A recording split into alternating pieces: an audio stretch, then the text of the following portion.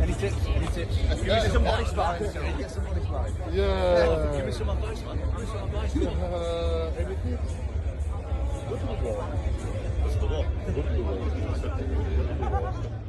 Tom Aspinall and Ciryl Gane, the two men set to battle for UFC gold at UFC 321, nearly ran into each other at the Fighter Hotel, and fans couldn't believe how calm both men were in the moment. With tensions building and championship stakes higher than ever, the brief encounter felt like a glimpse into what's to come when the cage door closes. Aspinall looks locked in, promising to be an active and defending champion, while Gane remains composed and confident, ready to reclaim his spot at the top. But that wasn't the only drama shaking the MMA world this week. Sean Strickland now finds himself in serious legal trouble, as Derek Moneyberg confirmed he's officially suing Strickland for defamation following their heated jiu-jitsu dispute. Between courtrooms, hotel run-ins, and fighters calling each other out, the lead-up to UFC 321 is already more explosive than ever. If you love staying ahead on everything from fight week chaos to breaking MMA headlines, make sure to subscribe to MMA Desk, and let's dive right in the video. What if Ciryl Gane wins? And then John's like, I'm back. I already was in the testing pool. I was in the testing pool before he won. Give me a title shot. Would that not be the most ultimate move of all time? That shit would be hilarious. That would be devious. That shit would be hilarious. It would be funny. That shit would be hilarious. Max Holloway made it very clear that he will never fight in bare-knuckle boxing or do power slap. He said it's crazy to stand there and let someone hit you with no gloves, and he doesn't see the point of a sport where you just take turns slapping each other. Max explained that when he retires from MMA, he's really retired from fighting. He might do a regular boxing match one day, but even that is a maybe. Bare knuckle, no chance. He respects the people who do it, but he also thinks they're on another level of wild. You could hear how serious he was when he talked about safety and common sense. Max has fought the best in the world with small gloves and still thinks bare knuckle was a step too far. He also joked a little, calling it redonkulous, which shows he's still the same fun guy, but at the core he meant every word. He's a father and a longtime champion, and he wants to keep his brain and body right. That's why he draws the line here, and he's not moving it. Tom Aspinall is getting ready to defend his UFC heavyweight title against Ciryl Gane, and he sounds excited to have a target and a goal again. And I think that's pretty undeniable at this stage of my career. I've got a lot of knockouts on my record, mate. I have to touch you once, and I wasn't even throwing heavy tonight. I thought it was going to be a 5-rounder. I didn't mean to knock him out. I was pretty sure that was going to be a 5-round fight tonight, and just takes one shot, mate, at heavyweight, especially with me throwing him. He said it feels great to be working toward a real fight after a long stretch where nothing was official. Tom wants to be the kind of champion who fights often and faces the #1 contender each time. He doesn't like long breaks or waiting around for months. He believes that if you have the belt, you should test yourself against the best right away. He praised Gane's style, calling it unique and tricky, and said he has never faced someone like him. But Tom also pointed out that Gane has never faced anyone quite like Tom either. He dreams about walking to the cage last, with everyone watching, and showing the world why he's champion. He talked about being that little kid putting on gloves for the first time, and chasing this exact moment. For him, UFC 321 is not just a fight, it's the dream he's been building his whole life. When I've done my most devastating performances. Talk's just talk to me, mate. Doesn't matter. Like, at the end of the day, we're both going to take our shirts off, get a pair of gloves on, and go in there and see who wins on October 25th. So it's not really going to change anything, to be honest. The talk around Henry Cejudo took a sharp turn when Sean Ali and the MMA guru shared their views. They said Henry might be talking about retirement again to get attention or to push for another fight. Sean even said he heard from someone close that Henry could be having money problems. He didn't say who told him, and he admitted it was from close sources, which makes it sound like gossip, but it still got people talking. They also said Henry has used several moves to get fans to care, like the retirement tease and even pointing to eye pokes in fights. The idea is that every time he announces he's done, he can come back to a bigger reaction. But they think that trick isn't working anymore. Fans have seen it too many times. They wondered what Henry's career could have looked like if he never left while he was champion, because he could have built a bigger legacy by staying active. It's a tough take, but it shows how hard it is to manage fame, money, and attention in MMA. This will be the last time I'm ever 155 pounds in my life. I can promise you that. Are we still gonna be in shape, or are we just going straight diabetes? Listen, I'm getting on steroids. Once USADA stops knocking on my door and I lay the gloves down, I'm getting jacked and tan. Dustin Poirier gave a very honest look at life after fighting, and it wasn't what a lot of people expect. He thought retirement would feel like a big relief, where he could breathe and enjoy life without the pressure to train every day, but instead, he said the days feel long and empty. For 20 years, Dustin woke up with a purpose: get better, learn new skills, and prepare for the next man who was training to beat him. When he stopped, that fire didn't switch off. It's still there, with nowhere to go. He said he misses the chance to fix things after a loss. In the past, if he got beat, he could come back and win again.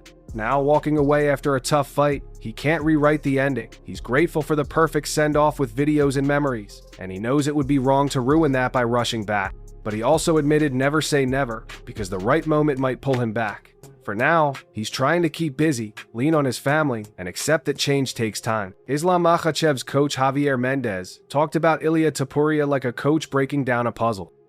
And last one from me. Earlier today, Islam Makhachev did an interview and said he's not ruling out coming back down to 155. But if it was up to you, would you rather fight him at 170 to get that third title, or would you be willing to fight him at 55 because that's the division that people say he might be the best at?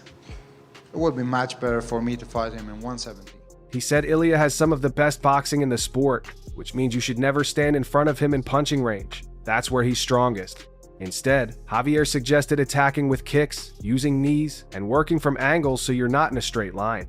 He even said a Muay Thai style could work well because it uses strong legs and smart clinch work to slow a boxer down. He thinks Ilia's wrestling and jiu-jitsu are decent, maybe even good, but we still haven't seen the full picture against top grapplers. The one area Javier kept coming back to was kicking. He thinks that's Ilia's weak spot right now. If you can chop at his legs, make him reset, and keep him thinking, you can keep him out of his favorite game. It was a respectful breakdown, not trash talk. He called Ilia almost a complete package, which means he sees a future champion, but he also sees a clear plan to beat him.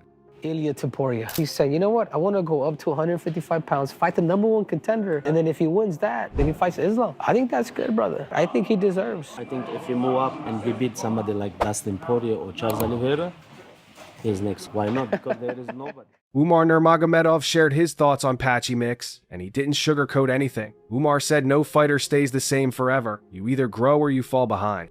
In his view, Patchy hasn't looked as sharp since coming into the UFC. He used to show powerful ground and pound, heavy punches, and strong back control, but Umar thinks that level has slipped.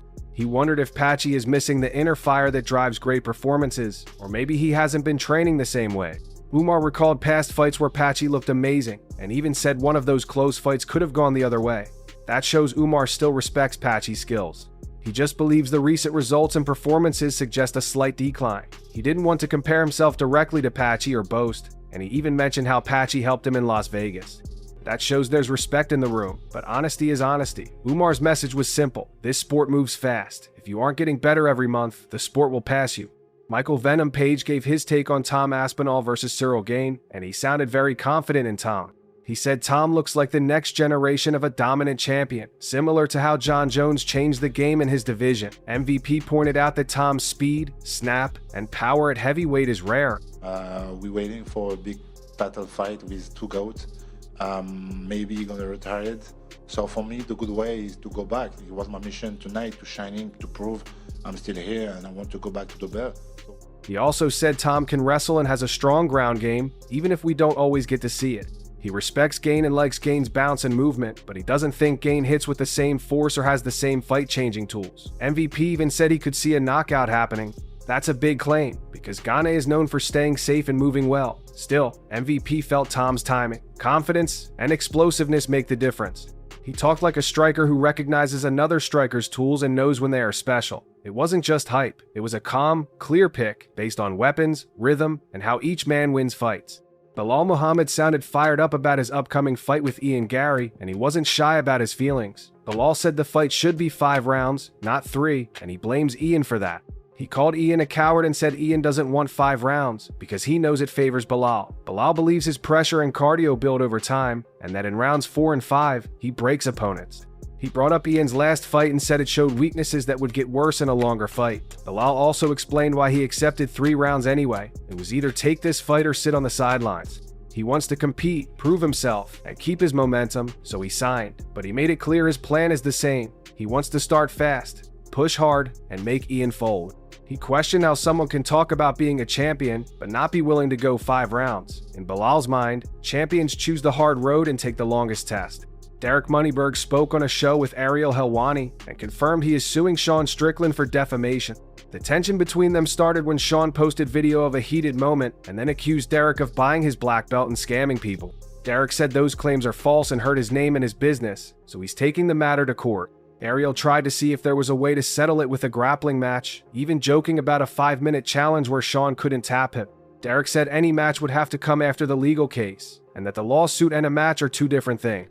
He said he respects Sean as a fighter and even likes people around him, but he can't let lies slide. He sounded disappointed, like he wanted this to be simple, but now it isn't. Lawsuits are serious, and Derek kept repeating that he'd let his lawyers handle it. It left fans wondering if they'll ever see them roll on the mats, but for now, court comes first. Near the end, there was a short tense moment at the Fighter Hotel. Tom Aspinall and Ciryl Gane almost crossed paths in a hallway before UFC 321. It wasn't a brawl or a loud scene. It was calm and a little awkward, with quick words and cool heads, but it felt heavy, like a thundercloud before a storm. You could see how both men carried themselves, Tom with that easy smile but sharp eyes, and Gane with smooth, relaxed body language. They didn't need to talk trash. The schedule was already set, and both were just days away from fighting for the biggest prize in the sport. Moments like this remind fans that these are real people sharing the same space, eating in the same rooms, and riding the same elevators. They can't avoid each other forever. The hotel run-in was a small preview, a tiny taste of what their first exchange in the octagon might feel like. A pause, a read, a burst of energy. Then, soon enough, the door will close, the lights will hit, and there will be no more calm-only action. The build-up to UFC 321 has everything fans could ask for: drama, tension, emotion, and true competition. From Tom Aspinall's calm confidence and Ciryl Gane's quiet determination to the fiery trash talk of fighters like Belal Muhammad and Ian Garry, it feels like every storyline is converging at once. Outside the octagon, chaos brews with Sean Strickland's legal troubles and Henry Cejudo's uncertain future, showing just how unpredictable the MMA world can be. Even legends like Dustin Poirier remind us that walking away from the sport isn't as easy as it sounds. Every quote, every stare down, every rumor adds fuel to the fire. These aren't just fights, they're stories about ambition, pride, legacy, and redemption. As UFC 321 approaches, the energy in the fight world is at a boiling point, and fans can sense that something special is about to happen. Whether it's a shocking knockout, a new rivalry, or a legend's next chapter, this event will be one to remember. If you want to stay caught up with every fight, feud, and backstage moment in the MMA world, subscribe to MMA Desk, your daily source for honest news, fighter reactions, and everything happening inside and outside the cage.